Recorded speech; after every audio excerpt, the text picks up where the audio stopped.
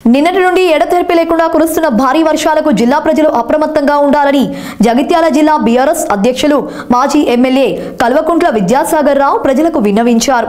తీర ప్రాంత ప్రజల పట్ల నాయకులు కూడా అప్రమత్తంగా ఉండి ఎవరికి ఏ ఆపద వచ్చినా స్పందించి అధికారులకు సమాచారం అందించి సహాయక చర్యలు చేపట్టాలని, సహాయక చర్యల్లో స్థానిక నేతలు, కార్యకర్తలు సహాయ సహకారాలు అందించాలని సూచించారు. జగిత్యాల జిల్లా ప్రజలందరికీ నా యొక్క నమస్కారం. మరి ఈ రోజు నుంచి నిన్న రాత్రి నుంచి స్టార్ట్ అయింది వర్షం. 2 రోజుల నుంచి మనకు వర్షాలు లేకుండా పడుతున్నాయి.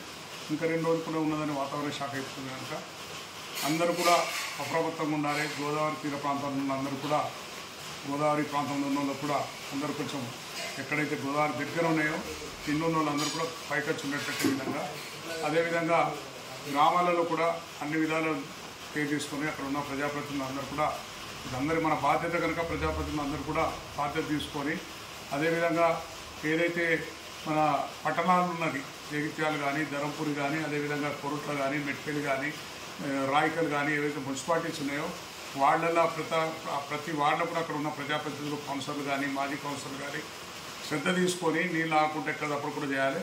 కొరుట్ల తీర ప్రాంతంలో ఏదైతే ఉన్నదో నది పక్కన ఉన్న వార్డులలో ఎప్పుడు కూడా నీళ్ళు వస్తాయి. పోయినసారి కూడా బాగా నష్టం జరిగింది.